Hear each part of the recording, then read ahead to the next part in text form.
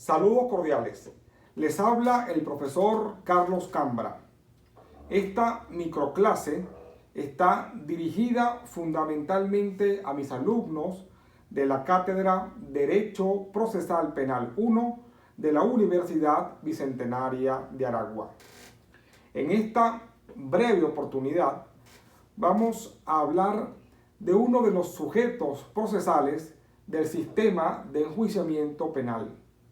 Vamos a hablar del sujeto que recibe directamente el impacto del hecho punible, del sujeto que recibe directamente las consecuencias de la acción delictual. Me refiero a la víctima.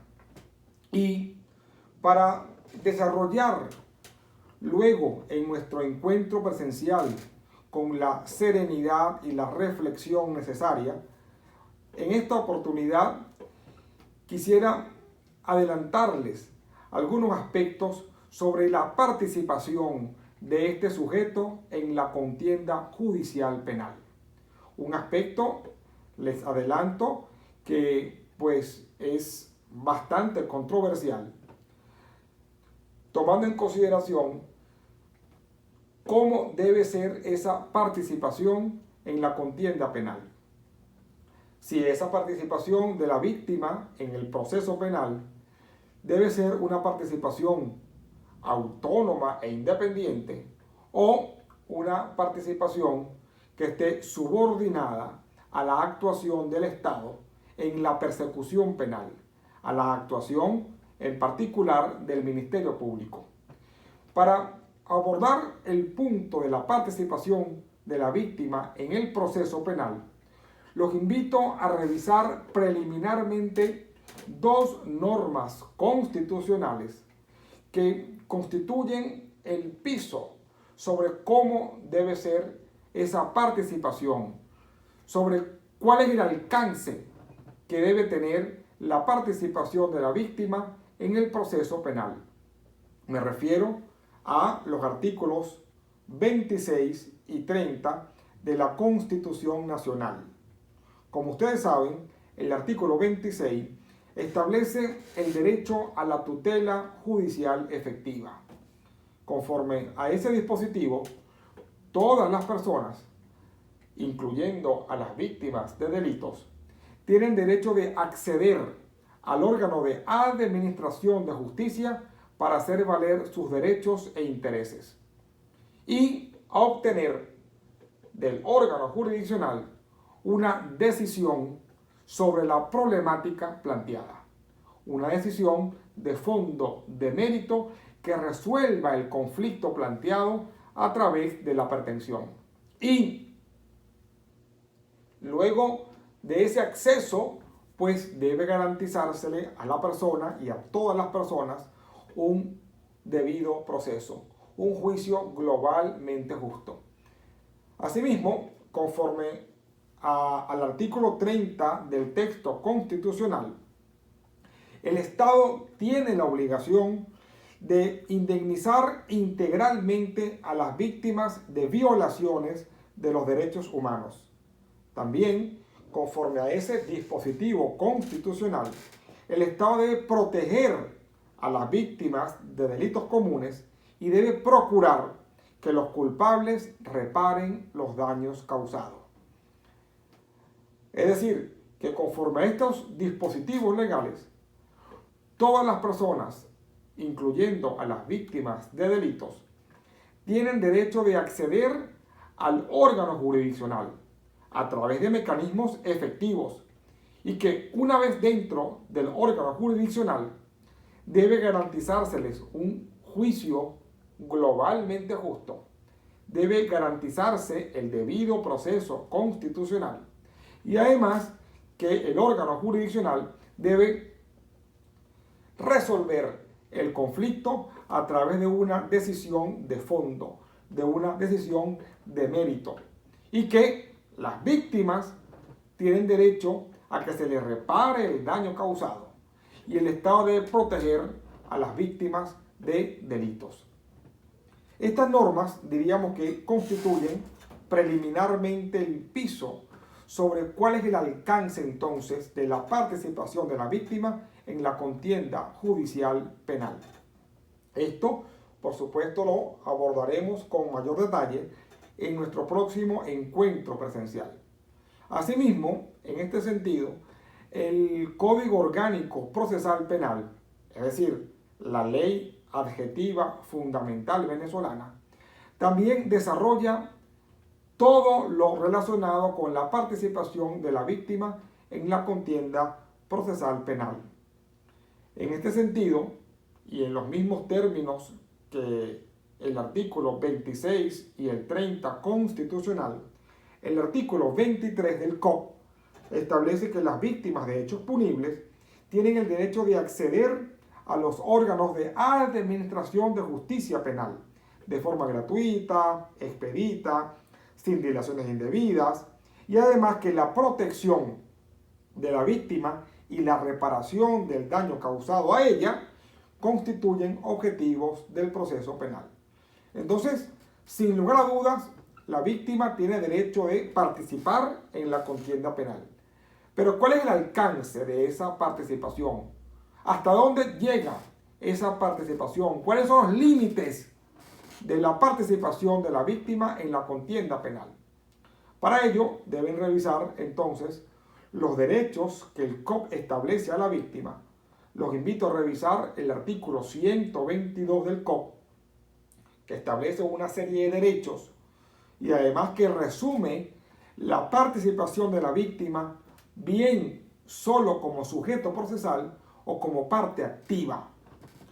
Entre esos derechos que establece el artículo 122, yo los invito a revisar concretamente el derecho de la víctima al ejercicio de la acción penal. Es decir, el ejercicio de la acción penal supone el derecho quizá más importante que tiene la víctima de delitos en la contienda judicial penal, por cuanto a través de ese derecho, a través del ejercicio de la acción penal, la víctima puede calzar sus intereses, que consisten fundamentalmente en que se establezca el delito, se castigue al culpable y se logre el resarcimiento del daño. Todo lo cual se subsume en la posibilidad de la víctima entonces de ejercer su derecho a la tutela judicial efectiva. Es decir, a través del ejercicio de la acción penal, como un derecho concreto de la víctima en la contienda penal, la víctima pudiera hacer valer su derecho a la tutela judicial efectiva. Sin embargo, los invito a revisar cuál es el sistema que contempla nuestro enjuiciamiento penal en lo que respecta al ejercicio de la acción penal. Los invito a revisar entonces los sistemas de ejercicio de la acción penal que rigen en el mundo y cómo es el venezolano. Entre otros, tenemos el sistema de ejercicio de acción penal acumulativo, alternativo, el absoluto. En Venezuela, conforme a la letra del COP, pareciera que el sistema de ejercicio de la acción penal es un sistema absoluto, en lo que respecta, por supuesto, a la persecución penal, al ejercicio de la acción penal. Porque rige, conforme a la letra del COP, marcadamente el principio de oficialidad de la acción penal. Conforme a los artículos 11 y 24 del COP, la acción penal pertenece al Estado a través del Ministerio Público. Entonces, rige el principio de oficialidad en el ejercicio de la acción penal. Igual el principio de legalidad, el Estado está obligado a ejercer la acción penal. Y ahora, ¿cómo queda en contraste la participación de la víctima? Sí, la víctima también puede ejercer la acción penal, pero ese ejercicio de la acción penal por parte de la víctima es autónomo e independiente, o es un ejercicio subordinado a la actuación del Ministerio Público. Y surgiría otra interrogante. Si es un ejercicio autónomo e independiente, ¿se le garantizaría así la tutela judicial efectiva? o si es un ejercicio subordinado a la actuación del Estado, se le violaría su derecho a la tutela judicial efectiva.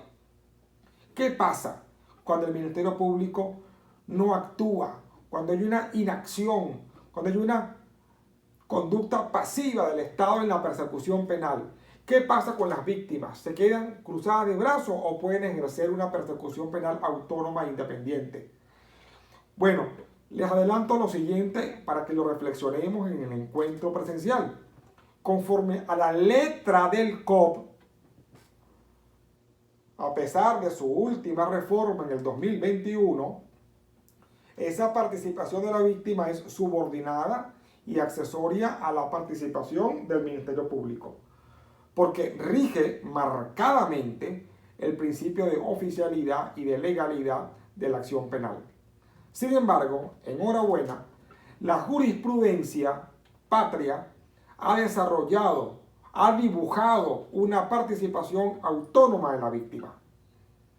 Una participación autónoma que, según algunos, y me incluyo en ese grupo, permite una participación que garantizaría su derecho a la tutela judicial efectiva.